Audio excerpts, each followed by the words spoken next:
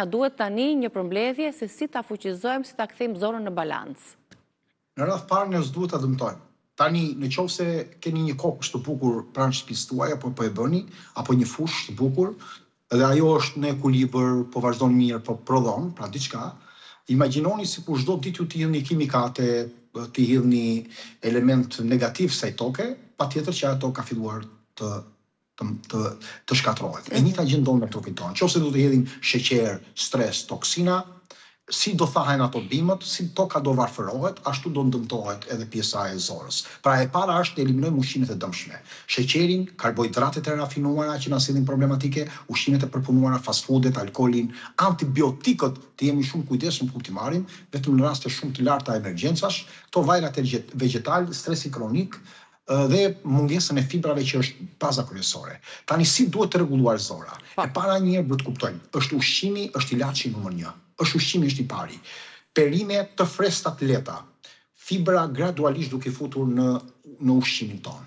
Fruta që kanë nivele të larta të antioksidantëve, ato gjithashtu shumë boronica, pakmollën, dardhën, se janë shumë mirë, mangu është shumë e mirë, ananasi po ashtu, nëse kemi mundësi të papas, të shegës, të shtimit të kakaos, patatën e kuqe, orizin që tham, bananin e shile, vajin ullik, të gjitha këto duhen konsumuar dhe disa nga çajrat të cilët duhet i konsumojmë, sidomos paradite midis çajit kamomilit dhe xhinxherit të përzier, konsumimin e aloe verës pasere nga një luk, konsumimin e shafranit indis, çajin sidomos pas ushqimit të farave të koprit të gëshetuar me menten dhe patjetër që duhet konsumojmë më tepër zink karnosin është një lloj zinku, apo L-glutamin që është një aminoacid, që është një nga rigjeneruesit. Do të marrim thjesht probiotik. Më mirë është me L-glutamin dhe me zink nëse do të marrim suplemente, që edhe për to prapë do të jemi çik të tërhequr, por të paktën nga rikuperues për ta modifikuar. Dhe fillohet një protokoll. E para është protokolli qetëso dhe pastro, i cili zgjat 7 deri në 10 ditë, që ul inflamacionin, ul bakteret dhe ndal fermentimin e madh, që mos kesh gaza. Çfarë ndodh me këtë? Duhet konsumuar veza, duhet konsumuar 1 herë deri në 2 herë në javë mishi apo peshku, perimet duhet të jenë të zira. Kungull, karot, spinaq. Këto duhet të jenë të zira. Pra ta di, konsumimi i vajit të ullirit dhe eliminimi i frutave të freskëta, sasia e lartë e frutave jo, sasia e perimeve të freskëta jo. Pra duhet të fillojmë të ulim që mos kemi probleme me ushqimet e fermentuara. Largimi i qepës, i hudhrës, i specit. Për momentin e parë se këto janë shumë të mira, por ku kemi një problem në zor flasë gjithmonë, sepse ato janë shumë të shëndetshme te njerëzit që s'kan probleme. Dhe shtimi këtyre çajreve që unë thash, të finokut pas ushqimit, të gëshetuar me menten dhe çaj kamomilit me xhinxher që ne duhet i konsumojmë.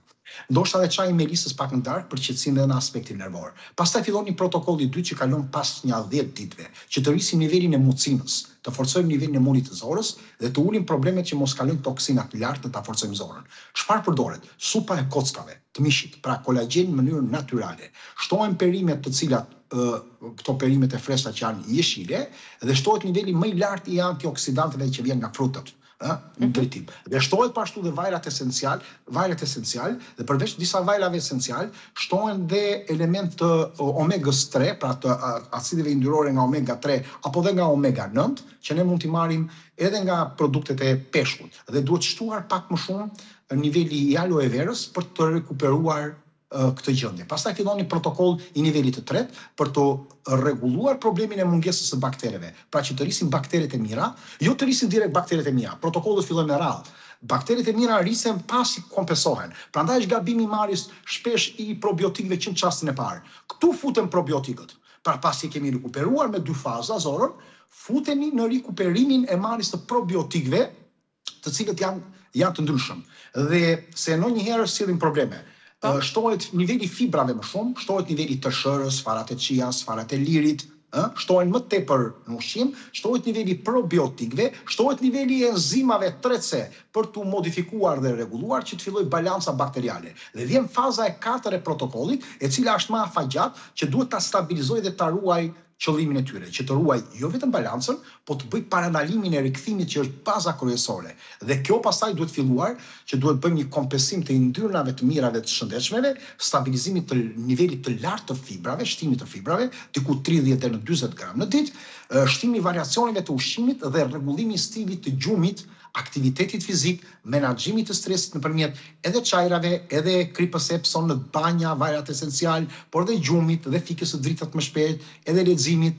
Pra, të gjitha këto mund të themi që janë 4 faza kryesore: qetësimi, riparimi, rindërtimi dhe stabilizimi. Nuk ka magji të mëdha për të ngritur në të strategji nëpërmjet pilulave apo nëpërmjet elementeve të tjerë. Në qoftë se do kemë probleme, njerëzit duhet fillojnë të bëjnë kalprotektinën fekale, zonulinën si thash, IgA-n fekale dhe pH-in fekal. Këto e minimal analiza dhe CRP-n për të shikuar nivelin e inflamacionit që ne mund të kemi në zor, ndoshta edhe analizën e parazitëve, sepse një nga problemet të mëdha që ne kemi në zor janë parazitët që ndikojnë negativisht. Në qoftë se një person ka një mundësi financiare më të madhe, do të hyjë në detaje, ka probleme shumë të rënda në zor, le të bëjnë nivelin e testit të mikrobiomës intestinale për të nxjerrë rezultatin e tyre më qartë, më mirë, dhe pastaj kurimi të bazohet në bazë të tyre, sepse kurimi është individual.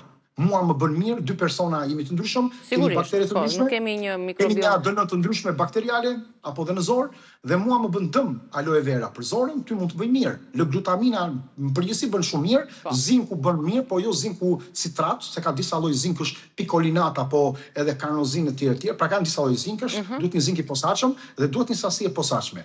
Duhet të konsultoheni me një person që ka dije mbi këtë fushë, që t'ju japi të kuptojë jo vetëm simptomat, por dhe ju t'i kuptoni që të jeni vigjilent mbi shëndetin tuaj, t'ja përktheni personit dhe ai pastaj t'ju bëj një plan më të personalizuar për të rregulluar të gjithë lloj problemi. Sepse nuk mundet të rregulloni asnjë lloj problemi të kënaqësisë tuaj, të prodhimit të serotoninës, të kënaqësisë së ditës, të çuaris së ditës, të qëndrimit në gjumë, apo problemeve të stresit, të depresionit, dhe shqetësimeve të tjera, apo dhe sëmundjeve që mund të lindin më pas, nëse ju nuk keni rregulluar problemet të shëndetshme. Drejt, sa kohë i duhet një zor Altin për t'u pastruar? Për të ardhur në balancë ose për të shëruar, për të në qoftë se ne jemi të shëndetshëm normal, pra nuk kemi probleme në zorën, po kemi shqetësime të lehta dhe ne duam që të bëjmë një pastrim. Fillim me agjërime, që do të thotë fillohet largohet ushqimi 8 orë. Pastaj, pra, vakti nga vakti. Pastaj ushqimi largohet diku 10 deri në 11 orë. Pastaj largohet diku 16 orë. Pra bëhet një strat. Dhe pasi kalon një fazë e tillë që mund të jetë nga një javë deri në 10 ditë, varet nga personi, pra bëhet një gjë e tillë, ne kemi filluar ta qetësojmë zorën. Dhe kjo është shumë determinante. Të qetësosh zorën është hapi i parë. Zora nuk ka magj ngarkesë, po jo vetëm zorën, po të gjithë procesin metabolik në trupin tonë. Atëherë duke qetësuar këtë, pastaj fillojmë që të bëjmë një pastrim duke pas agjërimit. Ne mundet të bëjmë një pastrim ndoshta edhe 3 ditore në bazë të disa lëngjeve të përcaktuar që ne mund të konsumojmë, por në konsultim me një specialist të naturopatisë apo të nutricionit që mund ta rekomandoj, janë disa grupe lëngjesh që konsumohen, të shtyllura apo në formë kompostoje, për të konsumuar gjatë gjithë ditës, shtimi sasisë lartë ujë dhe shtimi sasisë të kefirit edhe kosit bërë në mënyrë natyrale. Për ta kompensuar. Po, dhe 3 ditë, pas 3 ditëve, pasi ne kemi bërë të lloj pastrimi dhe pasi kemi kaluar to 10 ditë, 12, 15 ditë varet nga agjërimi, sepse trupi jon detoksifikohet, është krijuar vetë të detoksifikohet. Nuk ka nevojë të detoksifikohet të krijojmë detokse të veçanta të posaçme, edhe për mëlçin, në raste të caktuara po jo gjithmonë. Dhe nuk duhet bërë shpesh, sepse më shumë e dëmtojmë zorën duke pastruar, duke hequr edhe bakteret e këqija. Dhe bakteret e mira, pra zhveshim fare e pyllin. Ne e fshim tër pyllin dhe themi të lindin pemë të reja. Por nuk është kështu. Atëherë le të heqim pemë të këqija dhe të lëm pemë të vjetra që kanë mundësi të na bëjnë hije, që të kemi për më pas. Edhe të na shërbejnë. E njëjta gjë te zora. Dhe pas 3 ditëve fillojmë pastaj disa nga protokollet kryesore duke fuqizuar zorën që në radhë të parë, pasi ka kaluar qetësimi dhe detoksifikimi, duhet të vi faza e rikuperimit të bakterjeve të mira, e rregullimit të disbiozës së zorës, prodhimi i nivelit më të lartë të mucinës. Çfarë është vënë re? Njerëzit nuk e kanë kuptuar që kanë punë, kanë parë për shembull 2 mikrobioma brenda 3 muajve të një personi që ka filluar të rregullojë zorën, niveli i mucinës ishte rritur më shumë se 2.5 herë. Pra në momentin që ai ka ndodhur, ka bërë këtë gjë. 2.5 herë është rritur niveli i mucinës dhe arkemasia është rritur 1.5 herë më shumë, gjë që është shumë pozitive se ai me vështirësi rritet dhe ka pasur një stabilizim shumë të lartë të baktereve të mira. Dhe personi është ndjer më energjik, do shikoj që lëkura e tij do jetë më yndyrore, do jetë më e pastër, do ndihet më mirë, duke si më gëzuar, më i lehtë, ka energji më shumë. Pra ka një nivel të lartë. Sepse shëndeti fillon dhe mbaron në zor. Po. Kjo është më e rëndësishme për tu. Në tru dhe në zor bashkë, edhe bashkë në një të vetme si të thatë. Tëra i stresin që e marrin nëpërmjet trurit, syrit, shikimit, rrjeteve sociale, ngarkesës dhe patjetër influencon dorë. Janë të dyja përlidhura. Është një glob që kthehet nga të dy krahat, pra një enë mbushur me rër që kthehet tek këtej dhe këtej dhe janë të dyja të lidhura me njëra tjetrën. Nuk veprojnë dot të shkëputura nga njëra tjetra.